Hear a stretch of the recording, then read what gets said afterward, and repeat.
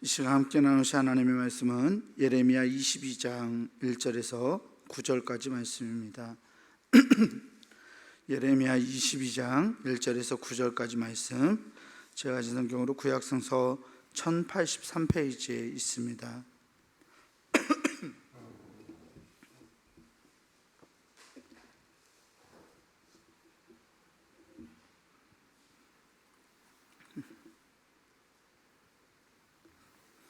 구약성서 1083페이지 예레미야 22장 1절에서 9절까지 제가 한 절, 여러분들 한 절 나누어서 교독하겠습니다. 여호와께서 이와 같이 말씀하시되 너는 유다 왕의 집에 내려가서 거기에서 이 말을 선언하여 이르기를 다윗의 왕위에 앉은 유다 왕이여, 너와 내 신하와 이 문들로 들어오는 내 백성은 여호와의 말씀을 들을지니라. 여호와께서 이와 같이 말씀하시되 너희가 정의와 공의를 행하여 탈취당한 자를 압박하는 자의 손에서 건지고 이방인과 고아와 과부를 압제하거나 학대하지 말며 이곳에서 무죄한 피를 흘리지 말라. 너희가 참으로 이 말을 준행하면 다윗의 왕위에 앉은 왕들과 신하들과 백성이 병거와 말을 타고 이 집 문으로 들어오게 되리라. 그러나 너희가 이 말을 듣지 아니하면 내가 나를 두고 맹세하노니 이 집이 황폐하리라. 여호와의 말씀이니라. 여호와께서 유다 왕의 집에 대하여 이와 같이 말씀하시니라. 네가 내게 길르앗 같고 레바논의 머리이나 내가 반드시 너로 광야와 주민이 없는 성읍을 만들 것이라. 내가 너를 파멸할 자를 준비하리니 그들이 각기 손에 무기를 가지고 내 아름다운 백향목을 찍어 불에 던지리라. 여러 민족들이 이 성읍으로 지나가며 서로 말하기를 여호와가 이 큰 성읍에 이같이 행함은 어찌 됨인고 하겠고. 함께 봅니다. 그들이 대답하기는 이는 그들이 자기 하나님 여호와의 언약을 버리고 다른 신들에게 절하고 그를 섬긴 까닭이라 하셨다 할지니라. 아멘. 우리 주님께서 주시는 은혜와 평강이 오늘 새벽에 하나님께 기도로 나아가는 우리 모든 성도들에게 함께하기를 주의 이름으로 축원합니다. 방금 읽은 예레미야 22장에서는 이름 모를 한 왕에 대한 예레미야 선지자의 신탁이 등장합니다. 예레미야는 유다의 왕들이 하나님의 말씀에 따라서 약자들을 보살피고 보호하여서 왕으로서 자기가 맡은 그 책무를 감당하게 되면 그들의 통치를 보장하실 것이라고 말씀합니다. 즉 약자들을 왕이 잘 돌보고 배려하고 그들을 살게 하면 그들의 왕조 또한 하나님께서 보호하시고 그 왕조를 지키실 것이라는 말씀인데요. 그래서 본문 3절과 4절에서는 이런 하나님의 말씀을 전합니다. 예레미야 22장 3절 4절을 제가 다시 한번 읽겠습니다. 여호와께서 이와 같이 말씀하시되 너희가 정의와 공의를 행하여 탈취당한 자를 압박하는 자의 손에서 건지고 이방인과 고아와 과부를 압제하거나 학대하지 말며 이곳에서 무죄한 피를 흘리지 말라. 너희가 참으로 이 말을 준행하면 다윗의 왕위에 앉을 왕들과 신하들과 백성이 병거와 말을 타고 이 집 문으로 들어오게 되리라. 아멘. 하나님은 이스라엘 백성들에게 정의와 공의를 언약으로 율법으로 확정해 두셨습니다. 이스라엘 공동체에서 약자들은 이 특별한 보호를 받았습니다. 이방인, 고아, 과부는 이스라엘에서 사회적인 약자들을 뜻하고 있죠. 약자들을 보살피는 것이 사실 유목민 공동체에게는 굉장히 중요한 일이었는데요. 그래서 성경에서는 환대라는 개념도 또한 나와요. 이 환대가 뭐냐면 아무런 대가 없이 낯선 이들, 이방인들에 대해서 그들을 접대하고 그들에게 먹을 것을 주고 살게 하는 것입니다. 광야 같은 황무지 그리고 여기저기 정처 없이 떠돌아다니는 그 이방인들에게 이 유대인 공동체와 유목민들의 환대가 없으면 그들의 목숨을 보장할 수 없는 그러한 사회였기 때문에 이 약자들에 대한 환대를 하고 있습니다. 이스라엘에서 고아, 과부, 그리고 이방인들은 아무런 힘과 권세가 없는 사람들이었습니다. 힘과 권세가 없다는 말은 이 사람들이 돌봄이나 다른 사람들의 돌봄이나 배려 없이는 삶을 살아낼 수 없다는 것을 말하는데요. 흥미로운 것은 이 사회적인 약자들을 어떻게 대하느냐가 그 왕조의 흥망을 결정짓는다는 점입니다. 5절에서 하나님은 이렇게 말씀하십니다. 그러나 너희가 이 말을 듣지 아니하면 내가 나를 두고 맹세하노니 이 집이 황폐하리라. 여호와의 말씀이니라. 아멘. 하나님은 사회적인 약자들을 배려하는 것이 배려하라는 이 하나님의 율법을 통치자들이 지키지 않으면 그 집을 친히 황폐하게 만들겠다라고 맹세하고 계십니다. 하나님이 하나님 자신을 두고 맹세합니다. 하나님은 약자들을 돌아보지 않는 것이 죄라고 말씀하고 계시는 것입니다. 사회적인 약자들을 냉대하고 함부로 대하는 것이 왕조의 흥망을 결정짓는다는 것이 사실 잘 이해되지 않습니다. 잘 생각해 보면 사회적인 약자들은 힘이 없는 사람들이죠.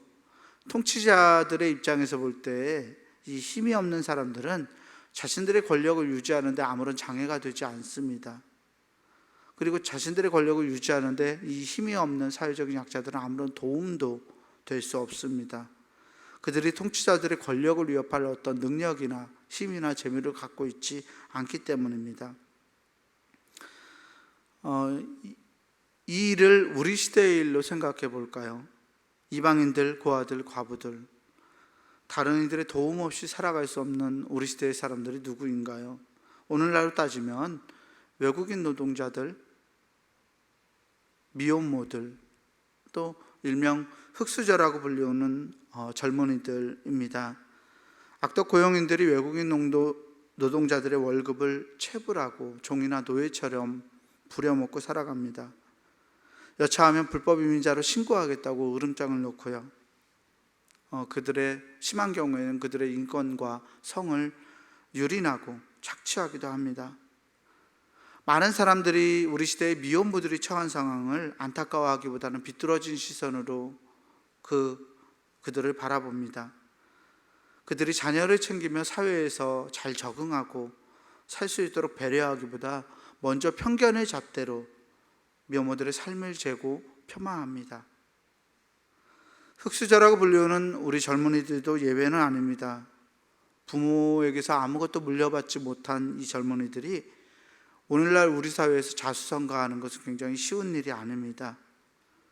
어떤 젊은이들은 부모와 가족들의 전적인 지원을 받으면서 공부하고 스펙을 쌓아가죠. 그런 청년들에 비해서 흑수저로 살아가는 이 젊은이들은 오늘 당장 자기들의 생계를 염려하고 일하면서 동시에 내일의 삶을 준비해야 합니다. 아르바이트가 필수인 이 젊은이들은 일과 공부를 병행하면서 취업도 준비해야 하죠. 하지만 오늘날 취업이 그리 쉬운가요? 취업난이 심각하여서 탁월한 능력이 없는 한 정규직으로 들어가는 것을 꿈꾸기 어렵습니다. 간신히 취업한 직장에서조차 인턴이다, 열정페이다 이런 것들을 강요하면서 이 도구마냥 이 흑수저 젊은이들을 쉽게 싼값으로 부려먹고 팽개칩니다. 어디 가서 하소연할 곳도 없는 젊은이들이 우리 사회에 만연합니다.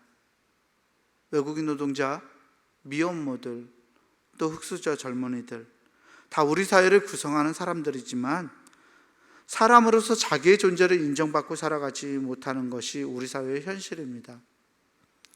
사람으로 자기 존재를 인정받지 못한다, 사람 취급을 받지 못한다는 이야기죠.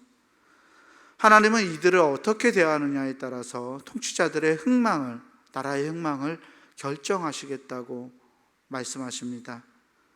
하나님의 말씀에 불순종해서 사회적인 정의와 공의를 실행하지 못하면 북방의 대적들을 들어서 그들의 왕조를 공격하고 멸망시킬 것이라고 오늘 예레미야 선지자의 입술을 통해서 하나님은 말씀하십니다. 예레미야 선지자는 북방의 대적들이 아름다운 수목으로 가득한 길르앗과 레바논의 꼭대기를 광야와 같은 곳으로 황폐하게 만들 것이라고 선언합니다. 실제로 예레미야 선지자가 살던 시대에 이 길르앗과 레바논은 울창한 수목들로 뒤덮여 있었습니다. 열왕기상 5장 말씀을 보면 솔로몬은 이 레바논에 있는 백향목으로 성전과 왕궁을 건축했던 것을 우리는 잘 알고 있습니다. 예루살렘의 성전과 왕궁은 아름다운 나무 백향목으로 세워져 있었습니다. 그런데 하나님께서는 언약 백성들이 이 공의의 의무를 다하지 않을 때 하나님이 파멸할 자를 준비하셔서 아름다운 백향목을 찍어서 불에 던질 것이라고 말씀하십니다. 백향목으로 건축된 예루살렘의 성전과 왕궁을 파괴하시겠다는 하나님의 선언입니다. 하나님과 맺은 언약을 파기하고 이방 신들을 섬긴 악행, 정의와 공의를 다하지 않은 이 통치자들을 심판하시겠다는 하나님의 심판의 말씀이 오늘 우리 앞에도 여전히 놓여 있습니다. 여러분, 오늘 우리 사회는 어떻습니까? 우리는 정말 하나님의 백성으로서 하나님의 이 언약을 지키며 살아가고 있습니까? 하나님께서 우리에게 주신 언약, 하나님을 사랑하고 우리 이웃을 나의 몸처럼 사랑하라는 이 하나님의 언약이 오늘 우리 앞에 놓여져 있습니다. 오늘날 사회적인 약자들을 배려하고 그들을 돌보고 잘 세워가야 할 의무가 우리 언약의 백성들, 우리 그리스도인들 앞에 놓여 있다라는 말입니다. 하나님보다 내가 가진 물질, 나의 욕망, 나의 영역을 더 사랑하고 하나님마저 나의 부와 욕망을 채우는 도구로 삼게 된다면, 그래서 하나님을 우리가 쓰는, 우리가 사용하는 어떤 우리의 이익을 위한 도구로 전락시킨다면 우리 사회의 밝은 미래는 존재하지 못할 것입니다. 사랑하는 교우 여러분, 하나님을 사랑하고 우리의 이웃들, 우리의 사회적인 약자들을 돌보는 일에 우리의 눈과 우리의 마음과 관심을 둘 수 있기를 소망합니다. 오늘 나의 도움이 필요한 이들을 돌아보고 그들을 잘 세워서 하나님의 사람으로 쓰임받을 수 있도록 마음을 다해 줄 수 있는 우리 교우들 되었으면 좋겠습니다. 우리의 곁에 있는 사회적인 약자들, 나의 돌봄이 필요한 사람들, 다른 이들에게서 그 존재 가치를 인정받지 못하는 사람들, 이 사람들을 세우고 이 사람들이 우리 사회에서 편하게 또 힘있게 살아갈 수 있도록 도우고 세워주는 것이 오늘 우리 그리스도인들에게 있는 정말 거룩한 의무라는 것을 우리가 기억하면서 오늘도 하나님의 사람으로서 그 이름값을 잘 감당하며 우리를 통해서 하나님께 영광 돌릴 수 있는 하나님의 사람들 다 될 수 있기를 주의 이름으로 간절히 축원합니다. 기도하겠습니다. 은혜로우신 아버지 하나님 감사합니다. 하나님, 오늘 우리 앞에 하나님의 언약의 말씀이 놓여져 있음을 봅니다. 우리의 마음과 목숨과 뜻과 힘을 다하여서 하나님을 사랑하고 우리의 이웃을 우리 자신처럼 사랑하라고 말씀하셨던 예수 그리스도의 그 말씀을 기억합니다. 하나님, 이것이 우리에게 거룩한 의무가 되기를 소망합니다. 우리 사회에 만연해 있는 차별과 혐오와 폭력을 우리가 넘어설 수 있도록 인도하시고, 외국인 노동자들과 미혼모들과 젊은이들 같은 사회적인 약자들이 우리 사회에서 잘 성장하고 살아낼 수 있도록 하나님 그들의 삶을 돌보고 배려할 수 있는 하나님의 사람들 다 될 수 있도록 하나님 우리의 마음을 주장하시고 우리의 눈을 크게 뜰 수 있도록 하나님 역사하여 주시옵소서. 오늘 우리의 이웃들을 돌아보면서 정말 온전히 하나님과 우리의 이웃들을 사랑하며 살아낼 수 있는 우리의 삶이 되길 원하오니 성령 하나님, 우리의 마음을 감화시키시고 우리의 마음을 인도하여 주셔서 하나님의 공의가 우리를 통해 세상 가운데 흘려질 수 있도록 하나님 우리를 사용하여 주시옵소서. 우리 구주 예수 그리스도 이름으로 감사하며 간절히 기도하옵나이다. 아멘. 하늘에 계신 우리 아버지여, 이름이 거룩히 여김을 받으시오며 나라가 임하시오며 뜻이 하늘에서 이루어진 것 같이 땅에서도 이루어지이다. 오늘 우리에게 일용할 양식을 주시옵고 우리가 우리에게 죄 지은 자를 사하여 준 것 같이 우리 죄를 사하여 주시옵고 우리를 시험에 들게 하지 마시옵고 다만 악에서 구하시옵소서. 나라와 권세와 영광이 아버지께 영원히 있사옵나이다. 아멘. 오늘 담임 목사님께서 감사 연수 중에 계십니다. 내일까지 중학년의 감사 연수 중에 있는데 목사님 일정 위해서 또 무사히 잘 연수 마치시고 돌아올 수 있도록 함께 위해서 기도해 주셨으면 좋겠습니다. 기도하겠습니다.